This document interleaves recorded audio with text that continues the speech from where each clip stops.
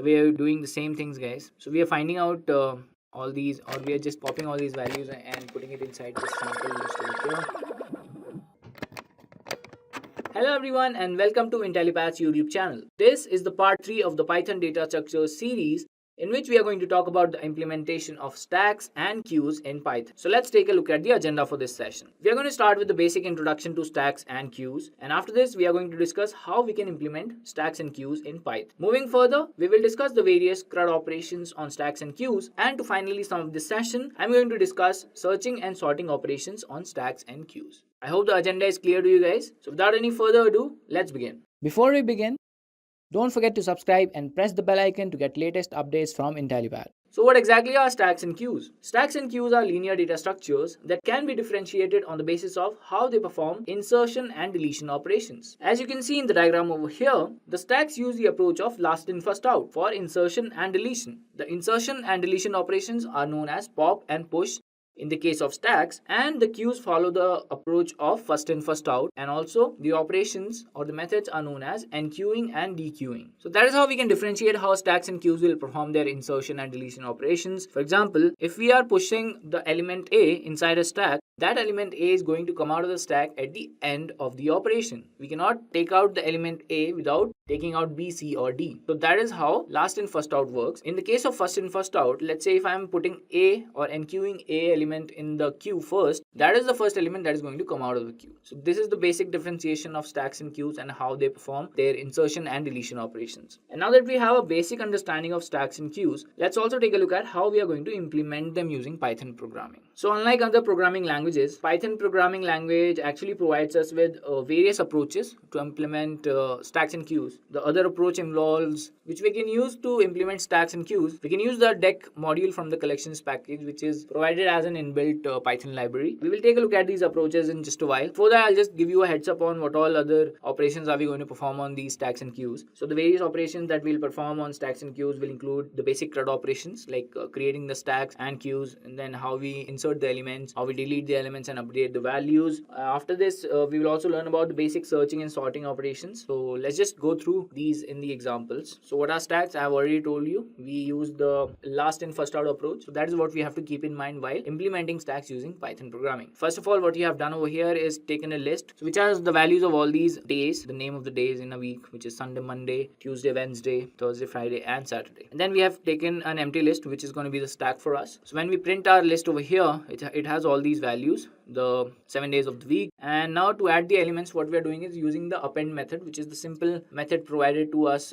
from the list data structure, and we are just using it to insert every element from the list that we are iterating over using this for loop and just putting it inside the empty list, which is the stack. Now when we print the stack, as you can see, first of all the Sunday element goes inside the stack, then the next one, and we are reaching the end over here at Saturday. Now to remove the elements from the stack, we have to keep in mind that the last element that went inside the stack has to come out first, and that is to be Saturday over here, and that is what exactly we are doing using the pop method over here. So we are not providing any index values here, so the pop method will basically remove the last element from the list over here, which is Saturday, and then we have put this inside a loop again so that we know we are removing only the last element from the list until we reach the end of the stack. So that is how we easily implement stack using the list data structure in Python. After this, there is another operation which is updating the elements in a stack, which we have implemented using the list. So we have a list over here which has all these elements. Now let's say we have to implement, or we're just creating a simple function over here which will update this particular value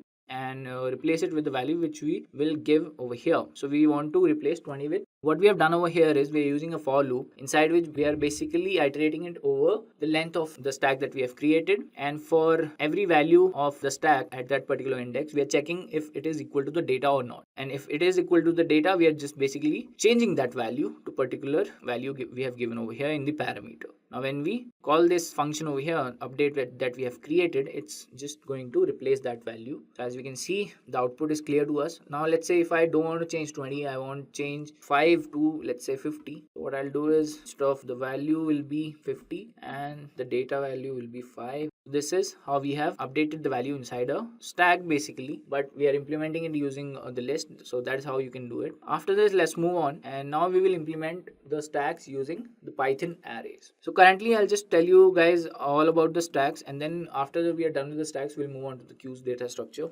To implement a stack using array, we are using the same approach that we have learned in the part 1 of the series. If you are not aware of how you can implement arrays in Python, check out the first part of the series, data structures, and you will find out how we are using this Python array module to implement arrays. So moving on, we are using the alias over here to create an array with the type code I, which means that all the elements inside here will be integer data type. Now to read from the array, we're basically using the for loop and iterating over the entire array. For all these values, we're getting from the array basically. Now to insert the elements, what we have to do is insert it from the beginning. Now what we do is we just basically appending the values using the append method that we have for the Python arrays, and it is basically inserting the element at the end of the stack that we already have. So let's say if this was an empty stack or an empty array, the append method will basically insert the value in the beginning and then so on. It will keep on adding the elements at the end of the stack, which is basically how I want or how we want our stack to be, because they will follow the LIFO structure, last in first out. Now that we have understood how we are adding the elements, we have also seen how we are reading from that particular stack that we have created using array. Now we'll see how we delete those elements. Now again, we have to follow the same approach. We have to remove the last element from the list or the stack and then go on further. So now we are using the same for loop again, and the range is length of the stack. So for every value of I, we're just popping we're just using the pop method to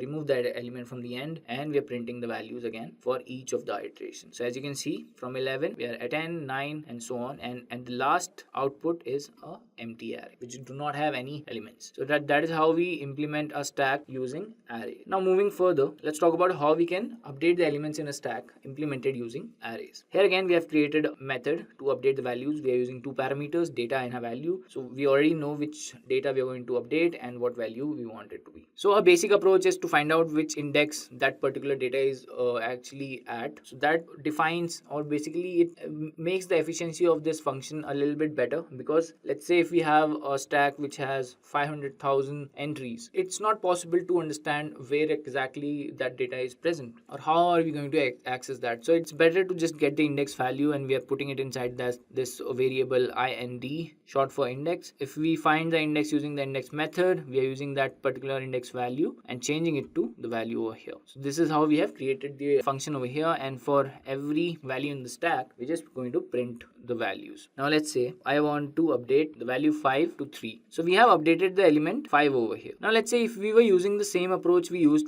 to update the element over here, what will happen is for every value of I is equal to data. Now here we had a duplicate value. If we use the same approach, what will happen is it is going to change the value for all the duplicate values as well. So the last element, which is also 5, will change to 3. If you just want to change the first instance of that particular element, and if there are no duplicate values, you can use this approach where you just get the index value and change that particular value. Otherwise, for each iteration, it's just going to check if the data is equal to that particular value that we want to change, and it will change for all of those values. So these are two approaches you can follow to update the elements in a stack. First is just finding out if it is equal to the desired value or the data that we are trying to find. Otherwise, you can just get the index of that particular value. And now that we are done with the arrays also, we're going to follow the next approach, which is the deck from collections module. Now collections module is an advanced data structure module which provides us with various implementations of name tuple, and there are various other methods that you can use, and deck is one such method which we can use to implement stacks and queues. Now to create a stack, we can use the deck function over here, which will create an empty stack for us, and we are using a list again like we had done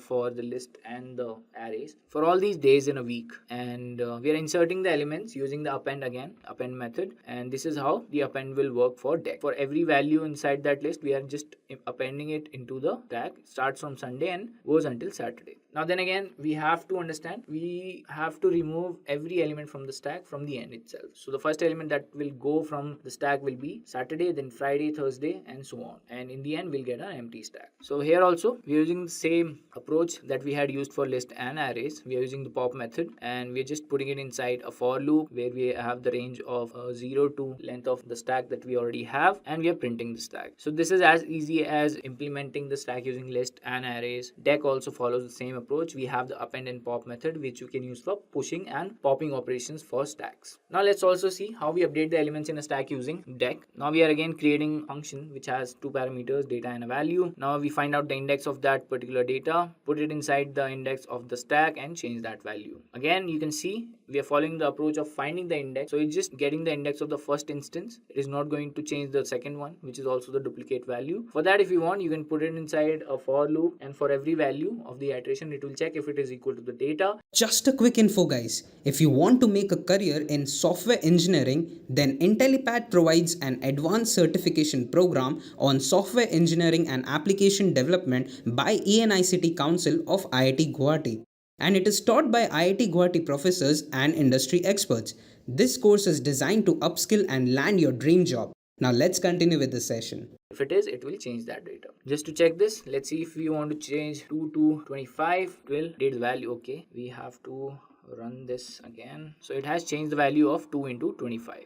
And now that we are done with all the CRUD operations on stack using the list and the arrays and the deck method, let's just take a look at how we can sort a stack on these three different approaches that we have learned about. First is a stack using the deck method. We have all these values. Then we have the same stack in the form of an array with the type code I, and then we have a simple list. Now to sort this stack, what we are doing is we are taking a sample which is an empty list, and we are creating a function over here which is going to sort the deck over here. Now we were taking loop in the range 0 to length of the stack which we have already created. The approach is to pop the every element from the stack and append it to this empty list. Now once we have that list of all the elements from the stack, what we are doing is sorting the list using the sort method. Now after the sorting, we have a sorted list which we want to create it into a stack. Now in the empty stack that we have over here, we are again appending the values from the list, and when we return the stack, we will have the sorted value. So let's just check how this works. So right now we have the values 5, 3, 17, 22, 12, 34, 23 and 35. So this is not a sorted list, and when we run this, we are getting the sorted stack in the form of a list basically, which we have used or which we have got from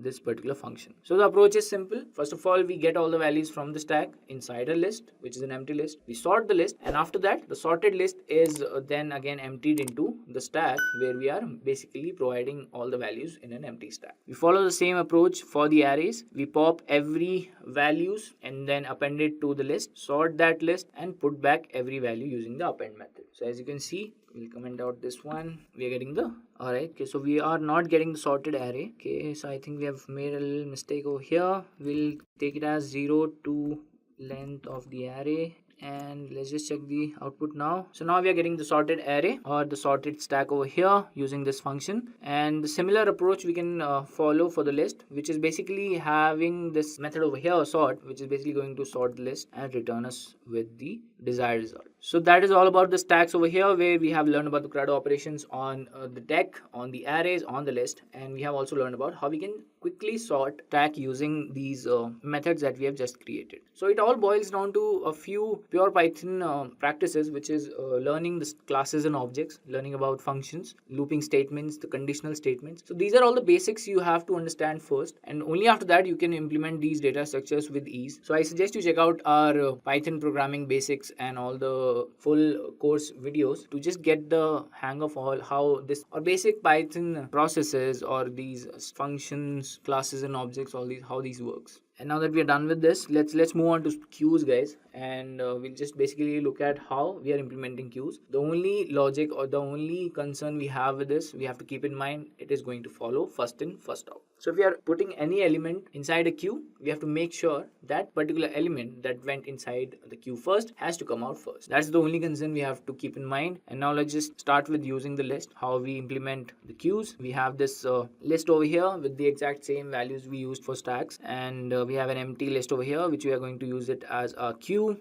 When we print the list over here, this is how it looks. Now adding the elements, we are using the same approach, the for loop. We are going to iterate over the list for every value in the iteration. We are just appending the values inside the list over here. And this is how our queue actually looks like. First element is Sunday and then goes until Saturday. Now while removing the elements, the only concern we have is first element that went inside the queue has to come out first, so that it's actually logically efficient. Now we have to make sure the first element that comes out of the queue is Sunday, which we we are doing, and then so on until we reach the end of the operation where we get the empty queue. Now here we are using the same approach, the for loop in the range 0 to the length of the.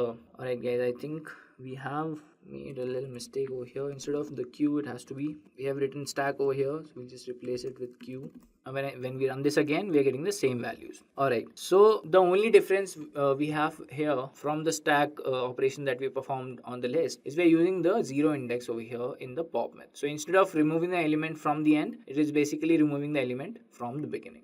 And that is how we logically approve this for queue data structure. Now moving further, let's talk about how we update the values inside the queue over here, which we have implemented using the list. Alright, so we have a queue over here which has all these values. Now we have to update the value, which is, let's say, 20, and we want to replace it with the value which is going to be, let's say, 10 for example. We're using the same approach over here where it is going to check for all the values. Let's say we make this as 20 again, and this is also 20.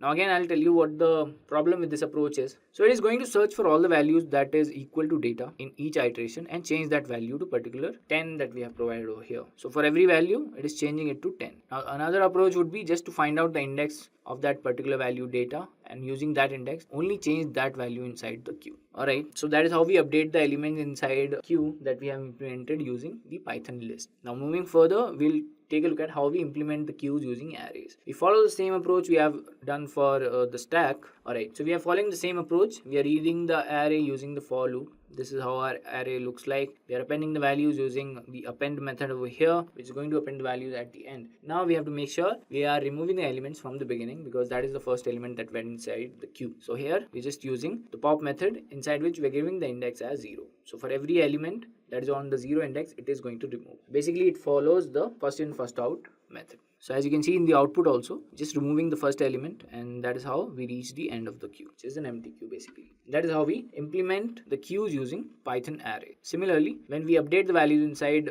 this queue, which we have implemented using the arrays, we're just getting the index value at that particular data, and then using that index, we're just updating the value. So if we are doing this 5, that like we have done for stacks also, we get the same value. And let's say if we want to change 6 to 3, it is just going to change that one value, because only the first instance will be taken from the index method.